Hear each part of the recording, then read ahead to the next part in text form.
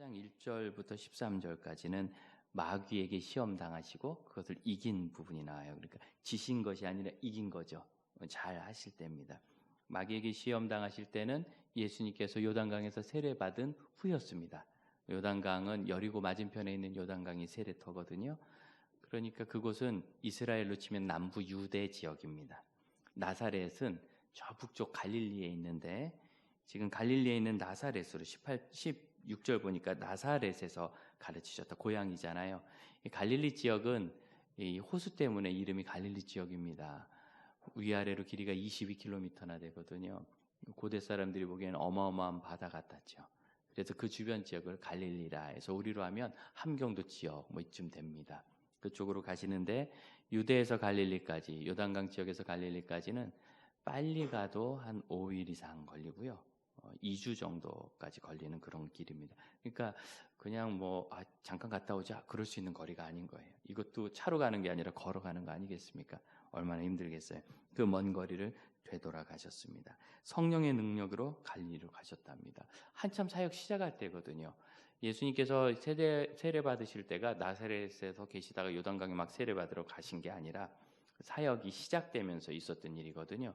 그래서 아마 이 갈릴리로 가시기 전에 요단강 세례받는 그 지역 광야와 그 근처에서 적어도 6개월 이상은 사역을 하신 게 사역 시작하신 첫 해. 공생의 3년 반 이렇게 3년 얘기하죠. 이 3년이 특별한 기간은 아니고 그렇게 좀 추측을 하는 여러 가지 원인들이 있는데 그 중에서 첫 6개월 이상을 사역하시고 지금 이제 한참 잘 나아갈 때인 거예요. 또 왜 돌아가실까? 여러분 성경 바로 위에 보면 마태복음 4장과 마가복음 1장에도 이 본문이 나온다 그랬는데 마가복음 1장 15절에는 뭐라고 나오느냐면 요한이 붙잡혀간 뒤에 예수님께서 갈릴리에 오셨다 이렇게 적어요. 그러니까 이 시기가 언제냐면 요한이 붙잡혀간 거예요. 마가복음 4장 12절은 좀 더 리얼하게 말합니다. 예수께서 요한이 잡혀갔음을 들으시고 갈릴리로 물러가셨다. 요한이 잡혀갔다는 소식을 듣고 가셨다는 거예요. 인과관계가 있는 겁니다. 왜 잡혀갔는가? 요한이 헤롯의 악행을 지적했거든요. 형 죽었다고 아내를 그냥 확 삼아버렸어요. 이것이 옳지 않다라고 지적하니까 헤롯이 그게 싫어가지고 잡아간 거예요.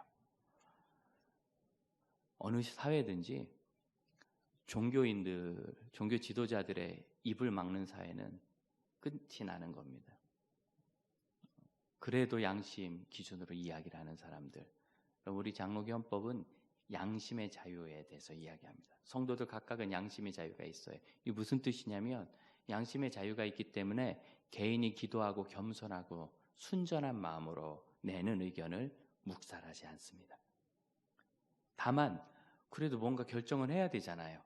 그래서 각자의 의견을 존중하고 서로 들은 후에는 그래도 다수결로 하자.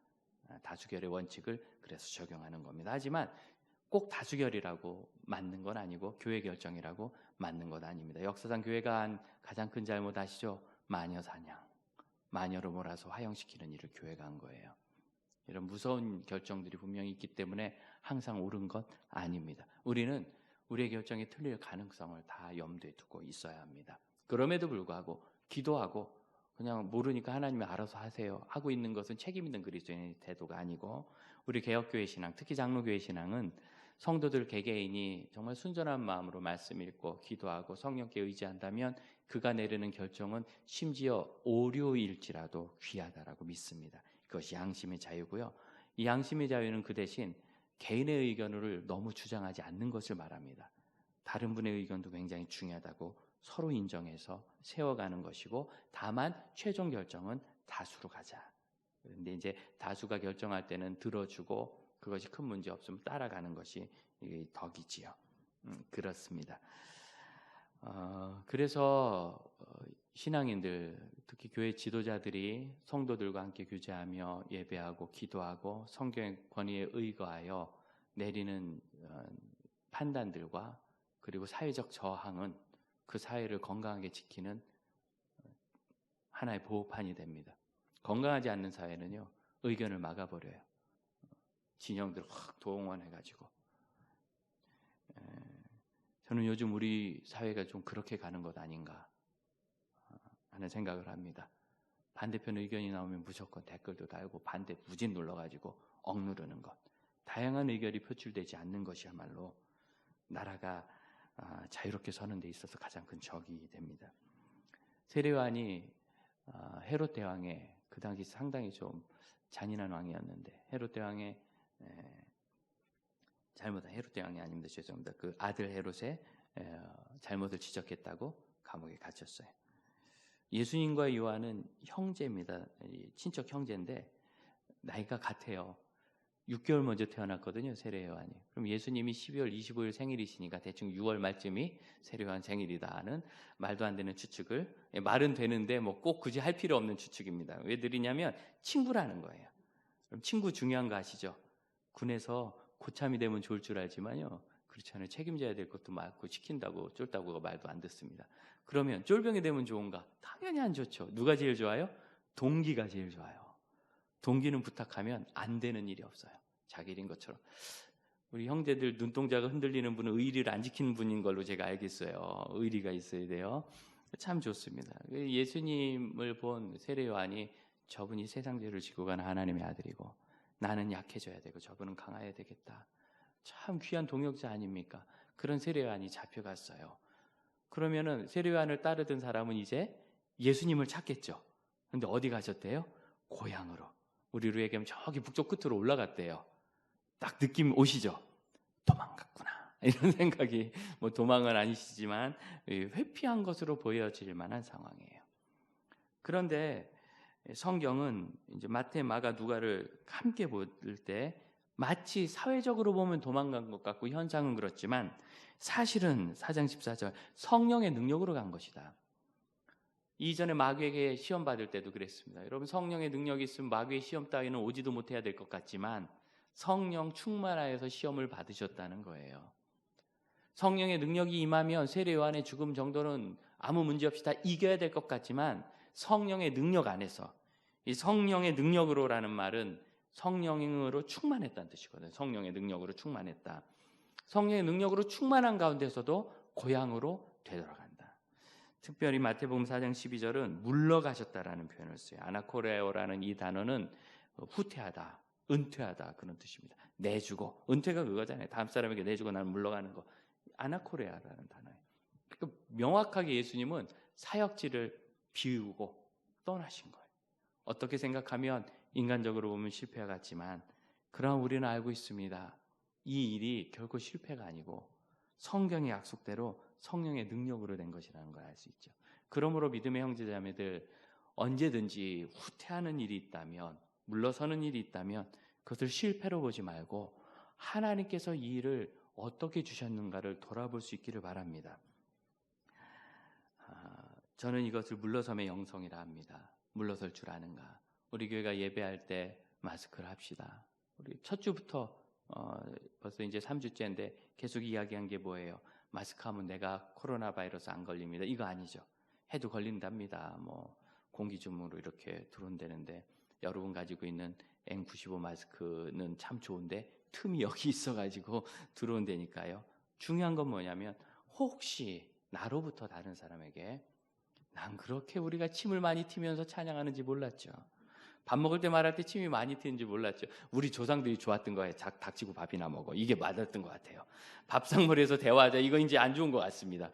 그래서 엊그제도 우리 이제 사역하시는 분들이 교회에서 식사를 같이 했는데 그래도 안전하잖아요. 바깥 식당보다는 안전을 위해서 했는데 정말 말 한마디 안 하고 저만 두 마디 말하다가 죄송해서 말 안 하고 서로 화난 사람처럼 성경적이라고는 볼 수 없지만 건강학적으로 방역학적으로 좋도록 그렇게 갔어요. 그래서 이 마스크를 해서 다른 사람을 좀 보호합시다. 우리가 이야기를 하고 애를 씁니다. 그럼에도 불구하고 이것이 완전하다고는 볼 수 없어요. 이 세상 어디에 완전한 곳이 있습니까? 지난 주간에 출근하면서 내 회사는 완전해, 완벽해, 절대로 거기서 감염될 일 없어. 확신하셨습니까? 우리 집은 안전해, 집이니까. 그러셨습니까? 우리 가족 중에 누가 어디서 어떤 걸 묻혀올지 모르잖아요. 그저 최선을 다하고 조심할 뿐이에요.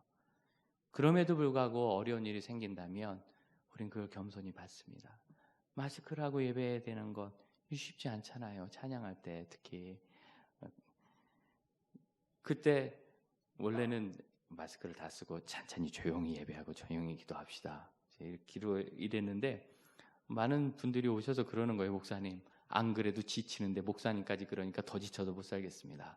우리는 조용히 있을 테니까 목사님과 찬양팀이라도 열심히 하십시오. 그래서 저희가 1m 뒤로 물러나서 예, 열심히 부르고 여러분은 마스크를 쓰고 그냥 할 수 없이 부르기로 했어요. 그 속에서 우리는 우리 자신을 장로님이 기도하신 것처럼 돌아보게 됩니다. 그 많은 찬양이라고 기도라고 우리가 이렇게 소중했었나. 그 예배의 기회들, 사실은 우리 목회자들이 제일 큰 문제죠.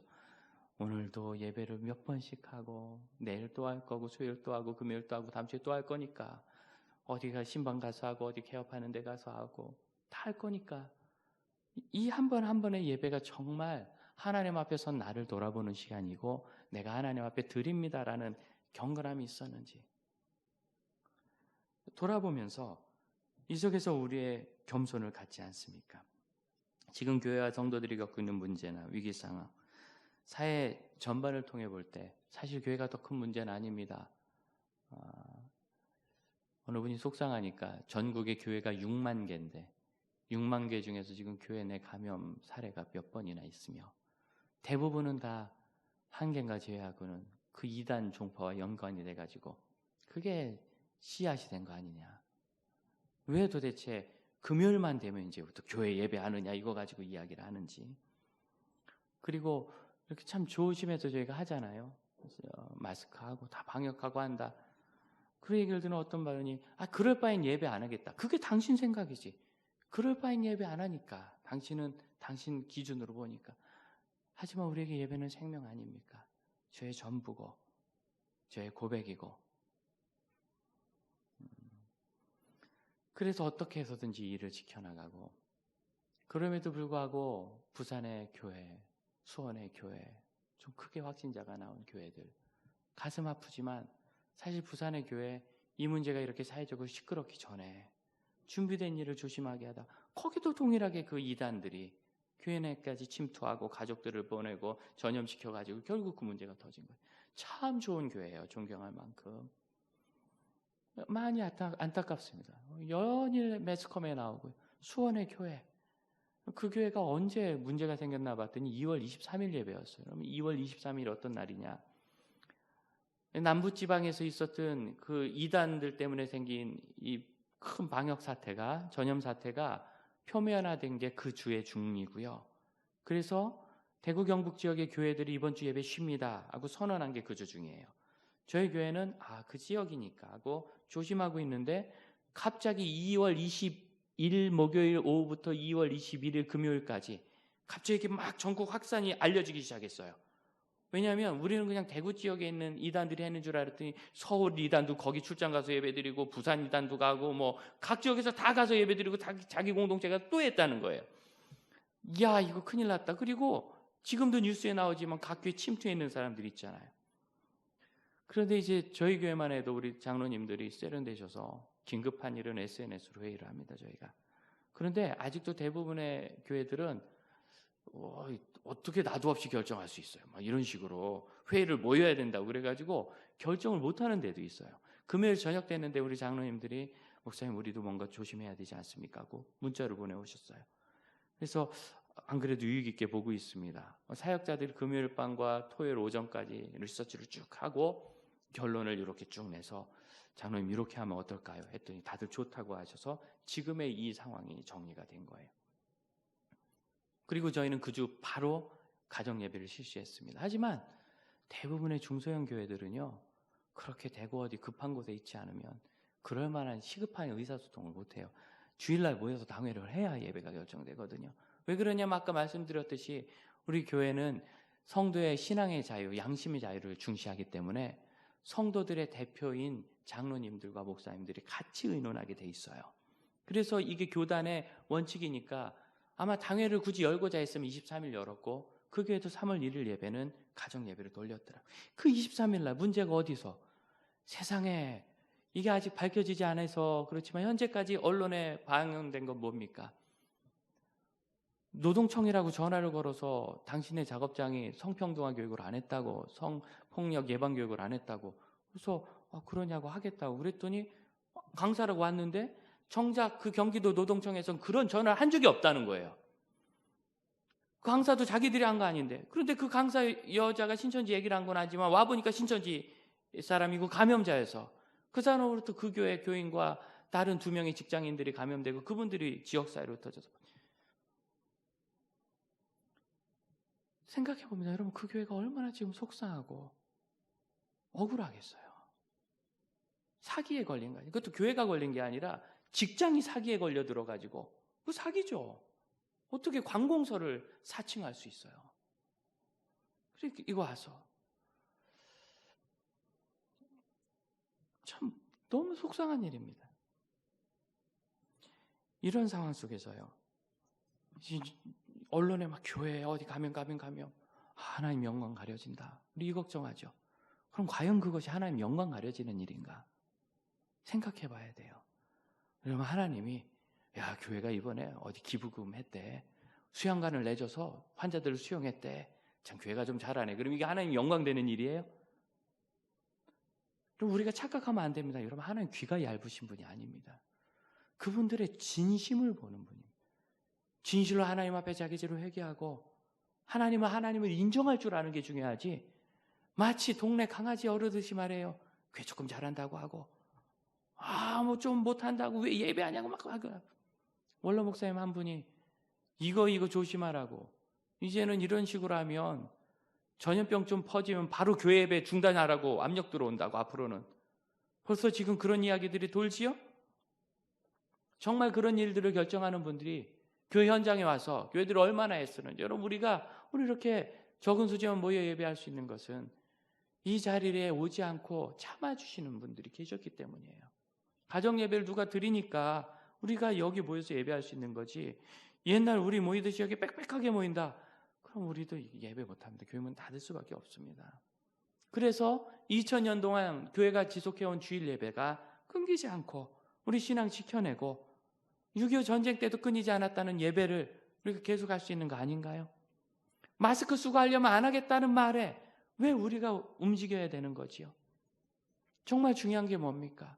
우리는 누가 무슨 말 했다 그러면 언론에서 떠들면 그것이 마치 우리 존재라도 되는 것처럼 사실 그렇지 않아요, 여러분. 정말 중요한 건 우리가 어떤 사람이냐예요. 오해도 받죠. 오해 받는데 그것이 우리를 결정하는 게 아닙니다. 오해는 시간이 지나면 오해인가 밝혀지는데요. 정말 그분이 어떤 분인가가 시간이 지날수록 드러나게 되어 있습니다.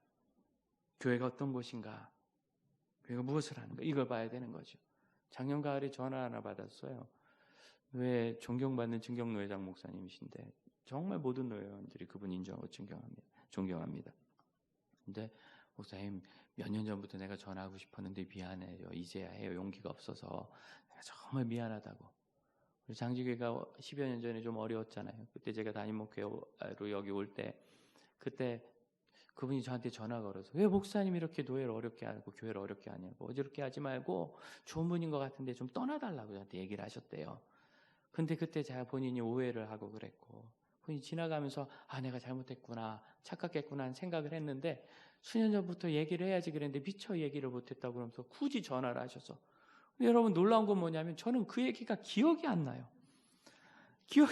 다 까먹었는데 굳이 전화를 하셔서 얘기를 하셔서 다 기억나 버렸어요. 그때 아마 제가 그렇게 답변 드린 걸 기억합니다. 목사님 귀한 뜻 제가 잘 받들겠습니다. 절대로 교회나 노예가 어렵지 않도록, 어지럽지 않도록. 다만 목사님 뭔가 교회와 저에 대해서 오해가 좀 있으신 것 같은데 목사님께서 직접 알아보신 정보라면 제가 말씀드릴 수 없지만 다른 분들을 통해 들으셨다면 확인을 해주셨으면 감사하겠고 절대로 폐가 되지 않고 저희가 조심해서 목사님 뜻 받들겠습니다. 아마 제가 이렇게 전화를 끊은 것 같아요. 요즘 여러분 우리 노예의 빛이 장지교회랍니다. 장지는 캄캄할 것 같은데 어쨌든 빛이래요. 좋으시겠어요? 여러분이 노예의 빛과 소망이랍니다. 4월에 있을 정기노예가 어찌 될지 모르겠지만 어쨌든 현재까지 계획상으로는 그 노예전에 소위원회 2개가 또 우리 교회에서 열립니다. 그만큼 노예 기여하고 노예원들에게 소망이 되고 지금도 젊은이들이 모이는구나 이런 것도 보고 앞으로 점점 더 좋은 리더십과 동역을 우리가 해나갈 수 있을 것 같아요. 저는 그 목사님이 그 전화해 주셔서 너무 감사했는데 뭐냐면 우리 교회가 어떤 교회인가가 중요하지. 주변에서 뭐라고 얘기하느냐 오해도 받을 수 있고요. 어려움도 있을 수 있어요. 그것이 우리의 의사결정이어서는 안 됩니다. 예수님께서 지금 이때 사역하시잖아요. 굉장히 큰 어려움을 겪으신 거죠. 그리고 고향으로 물러가셨는데 그런데 중요한 건 이겁니다. 이때부터 예수님의 사역은 막 불꽃처럼 일어납니다. 그래서 부흥기라고 얘기해요. 이때가 부흥기. 갈릴리 지역으로 올라가셨을 때 두 도시가 성경에 특별히 언급되는데 그 외에도 여러 도시들이 있는데요. 하나는 나사렛입니다. 이건 산들에 둘러싸인 그냥 조그만 촌동네입니다. 나사렛 예수님의 고향에서 사역하시고 그리고 그곳으로부터 옮겨서 가버나움, 갈릴리 호수 바로 옆에 있는 도시거든요. 여기서 제자들도 부르신 것 같아요. 그 가버나움은 정말 큰 도시예요. 이 두 도시를 중심으로 예수님께서 갈릴리에 큰 부흥을 주시는데 우리가 복음서에서 있는 많은 예수님의 가르침, 대부분의 기적, 이적들 다 이때 일어난 거예요. 물러난 시간이었는데 부흥이 있었지요. 여러분 이것을 볼 수 있는 것이 신앙입니다. 여러분 물러남의 어려움이 우리에게 있을 때 영적이고 하나님을 믿는 사람들은 이 시기 이후에 변화를 이끌어냅니다. 어떤 변화? 크게 두 가지가 필요한데 하나는 세계관이 바뀌어야 돼요. 그럼 16절 보세요. 예수께서 그 자라나신 곳 나사렛에 이르사 안식일에 늘 하시던 대로 회당에 들어가서 늘 성경을 읽으려고 서셨다.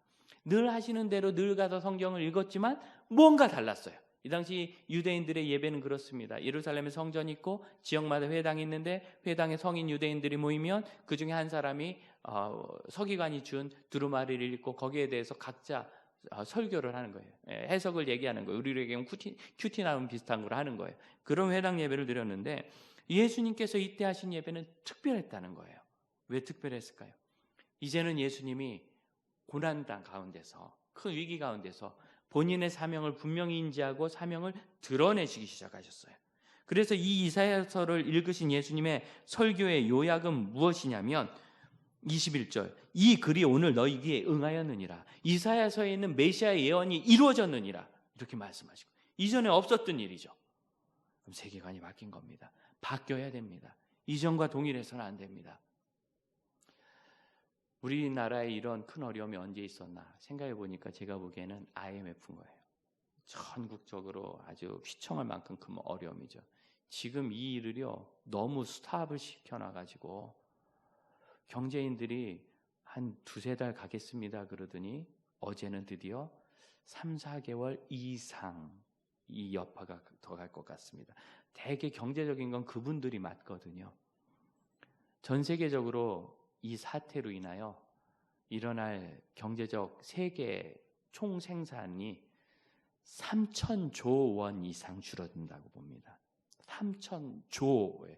누구네 집 이름인지 모르겠는데 이후에 참 우리 형제들을 위해서 더 많이 기도하겠지만 어느 정도 우리가 각오할 수밖에 없는 상황입니다. 그런데 그 90년대 후반에 IMF가 있었을 때요.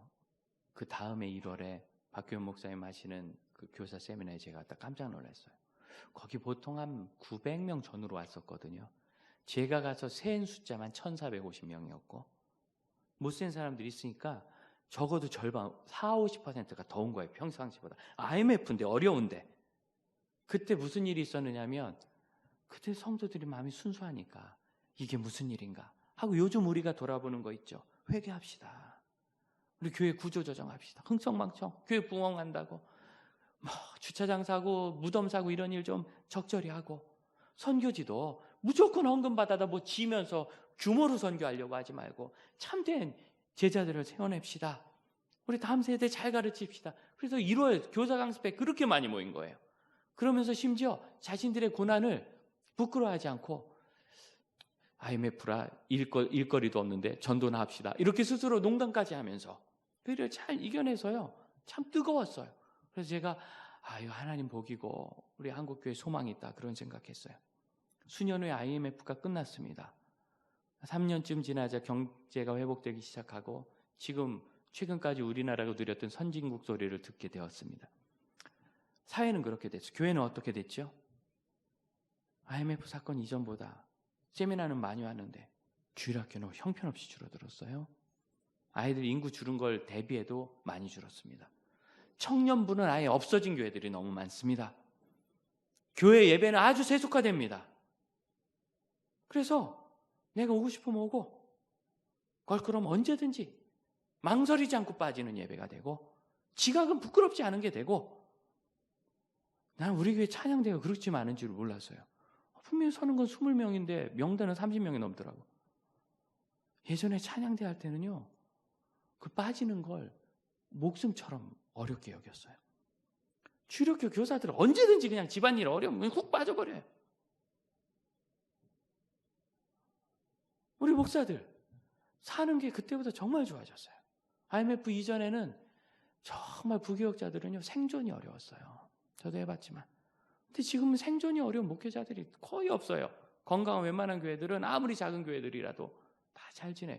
요즘엔 작은 교회가 옛날처럼 힘들지 않습니다. 작은 교회는 작은 대로 교회대로 사는 방식이 또 생겼어요. 그래서 그렇게 잘 지내더라고요. 그래서 제가 잘한다 생각했어요.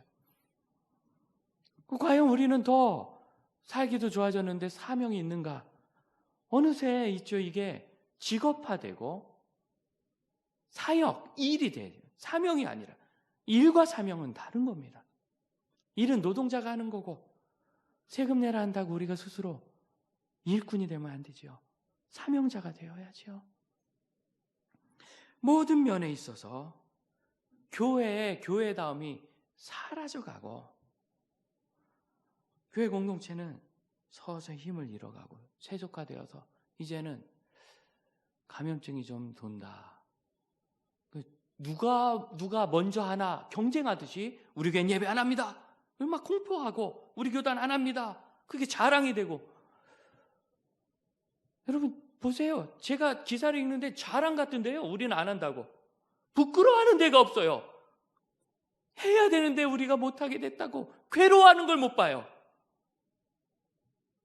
세계관이 바뀌어야 돼요. 세속화되는 거예요. 세계관이. 우리의 사명을 다시 봐야 합니다. 예배를 한다고 악하거나 더 경건한 거 아니며 못한다고 더 죄거나 더 나약한 것도 아닙니다. 그러나 안 한다고 해서 더 믿음이 리즈너블하고 현대적인 건 아닙니다. 뭐든지 각자가 형편에서 고민을 하면서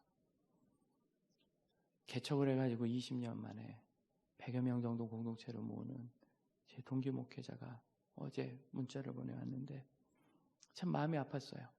이제 본인 교회보다 더 작은 교회, 대부분 10명 정도 모이는 작은 교회들, 그 교회들에 경기도 지역인데 전화가 와가지고 이번 주 예배하지 말아달라고. 우리는 10명도 안 모여요. 전화하시면 여러분 10명도 안 보이는 곳에 무슨 감염의 위험이에요. 다 식구들인데 그래봐야 2가정 3가정인데 그런데 상부의 지시라 우리도 어쩔 수 없다. 여러분 지금 이것이 21세기 자유민주주의 대한민국에서 우리가 할 수 있는 얘기입니까? 아 그러시군요. 그러면 그 교회는 괜찮은가 봅니다. 저희가 도와드릴 게 있습니까? 그냥 송파구 감사해요. 금요일에 전화 왔어요. 소독을 좀 해드릴까요? 하고. 근데 워낙 우리 자체 소독이 강해서 굳이 필요하지 않겠어요. 예수님께서 이사야서를 설교했더니 어떤 일이 생겼느냐면요. 28절 이것을 듣고 다 크게 화가 나서 여러분 홍승영 목사도 아니고요. 고옥하는 목사님 정도가 아니고 예수님이 이사야서 설교를 앞에서 해주셨습니다. 영혼이 깨져나가야 정상 아닌가요? 그런데 화를 내요. 그래서 예수님 끌고 가서 29절 낭떠러지에서 밀어 죽이려 합니다. 지금 예수님은 성령 충만하십니다. 바른 일 하십니다. 그러나 그 공동체, 그 사회는 예수님을 죽이려 합니다. 우리가 저항받는 일이 우리에게 큰 두려움이 되어서는 안 되고 칭찬 듣는 것 같다고 그것이 바른 결정이라고 얘기돼서도 안 됩니다. 교회는 신앙의 자유와 양심의 자유 속에서 기도하면서 저에게 있는 가장 적절한 길을 찾는 겁니다. 그리고 우리가 어떤 사람인가를 회복해야 돼요. 그렇게 예배하느니 안 하겠다. 그렇게 예배하는 것조차도 감사한 것이 저입니다를 보여야 되고, 여러분, 우리 교회도 감염자가 지나갈 수 있죠. 그럴 수 있지 않겠어요? 본인이 조심하겠지만 모르고 그걸 피하려고 저희 목회자들이 아주 애를 씁니다. 이제 점심도 식당에 안 가고요. 다 집에 가서 드시고 오시라 그랬어요. 하나님의 역사가 이럴 줄 알고 죄다 교회 가까이 이사 오셨어요. 그래서 다 갔다 오실 만하세요. 옛날에는 갔다 오려면 1시간씩 걸리고 그런 분도 계셨는데 얼마나 감사한지 몰라요. 그런 가운데서요. 저희는 이겁니다. 후회가 없기를 바라요.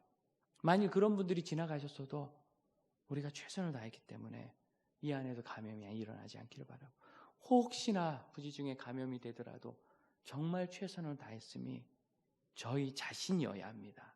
남들이 어떻게 볼까가 아니라 그것이 우리가 아닙니다. 우리가 어떤 교회냐가 우리 자신입니다.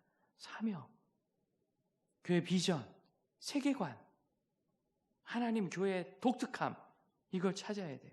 두 번째로, 여러분 이 과정을 통해서 예수님은요 동역자를 얻으셨어요. 5장 1절을 보세요.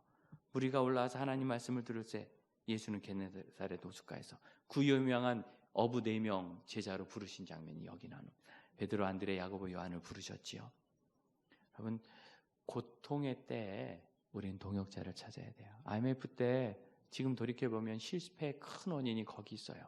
직장 그만뒀다고, 망했다고, 창피해서 교회 얘기 못하고, 오히려 교회를 못 나오고, 그리고 그만뒀다는 얘기를 못해서 아침 출근하는 척하고, 제가 그때 인천에 있었는데 전철 타고 서울로 가야 되는데 다 연안부두로 가서 거기서 바닷가에서 하루 종일 앉아 계신 분이 수천 명에서 수천 명.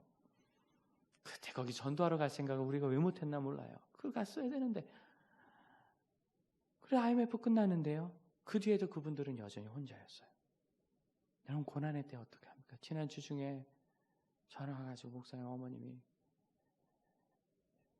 암 치료를 받으시게 됐는데 기도해 주세요.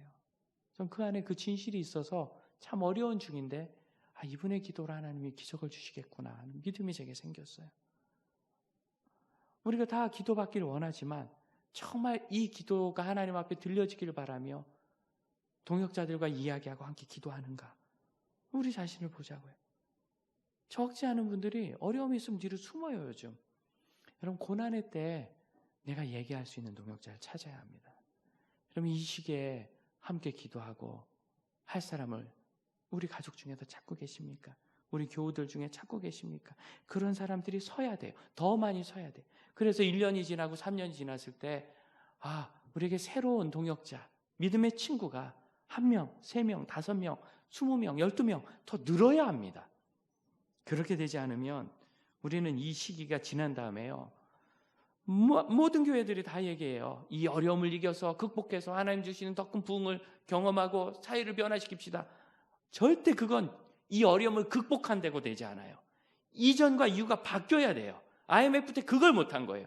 위기는 다 극복했는데 이전과 똑같은 교회가 되고 오히려 경제적인 것에 대한 타격을 받으니까 세속화되어서 돈이 교회의 신자리를, 하나님 대신 돈이, 여러분 우리가 세계의 그런 생각들을 이겨내야 합니다. 예수님께서 우리를 이 시간에 부르신다면 우리가 이 자리에 있는 4명의 제자처럼 되겠죠. 이때 부른 제자 중에 한 분이 마태인데, 네 제자들을 부르고 5장 27절을 보면 레위와는 세리가 세관에 있었다라고 얘기하는데 이 레위가 마태입니다. 마태복음의 저자입니다. 12제자의 이름을 적거든요. 마가복음이나 누가복음은 그냥 12명의 이름을 쭉 적어요. 근데 마태복음 자기가 쓴 책이잖아요. 거기서는 마태가 세리 마태 이렇게 적어요. 세리는 그 당시에 유대인들에게 아주 가증히 여기는 사람, 매국노. 그런데 자기가 매국노 세리라고 자기가 쓴 복음서에 적어요. 베드로는 어부 베드로 이렇게 안 적어요. 자기만 세리라고. 나머지 2 복음서에서는 이 사건은 나오지만 12제자 이름을 적으면서 세리라고 안 적습니다. 왜 마태가 자기 세리라고? 더구나 마태복음은 유대인들을 타겟으로 해서 쓴 책이거든요. 유대인들이 싫어하는 세리라고 로마 사람들을 위해서 쓴 것도 아닌데 적을까요? 그에게 있는 변화지요. 마태는 그 일을 통하여 변화를 겪고 그렇게 예수님께 부름받은 세리가 세리 마태가 제일 먼저 한 게 뭐냐? 29절. 예수를 위하여 자기 집에서 큰 잔치를 벌여서 세리와 다른 사람들이 많이 함께 있었어요. 사람들을 많이 모아서 동역자들을 더 세워나가는 일. 놀랍지 않습니까? 부름받은 사람이 더 사람들을 불러내는 겁니다. 그들을 예수께 인도하는 겁니다. 아마 마태 평생 이때 세리였다가 회심한 많은 사람들이 동역하지 않았을까? 전 그렇게 그냥 막연한 추측을 해봅니다. 초창기 멤버잖아요. 이 시간 함께 묵상합시다. 하나님 앞에서 생각해 봅니다. 나 자신을 두렵게 하고 하나님이 하시는 새로운 세계관, 새로운 것을 보지 못하게 하는 것 무엇인가? 우리에게는 세계관은 정해져 있습니다. 하나님의 나라, 복음과 영혼 구원입니다. 그것으로 해서 우리가 극복해야 될 저항들은 무엇인가? 반대는 무엇인가? 그래도 우리는 죽이려고 하는 사람은 없잖아요. 예수님 그걸 극복해내셨고 그들을 설득하는 데 시간을 쓰지 않고 나사렛을 떠나 가버나움으로 가셔서 더 놀라운 역사를 이루셨습니다. 두 번째로 우리는 이 어려움 속에서 동역자를 만들고 있는지 다 숨어 있는지 돌아봅시다. 하나님께서 주시는 동역자의 기회입니다. 여러분 결심하시기 바라요. 1년 뒤에는 내가 한 사람, 세 사람, 다섯 사람 더 많은 동역자와 함께 있으리라. 그런데 잘 나갈 때는 그런 사람 얻기가 쉽지 않아요. 고난의 때가 정말 그럴 때고 거기서 그걸 함께 이겨냈을 때 그들이 진실한 동역자가 됩니다. 합심하여 한번 잠시 기도합시다. 기도하겠습니다.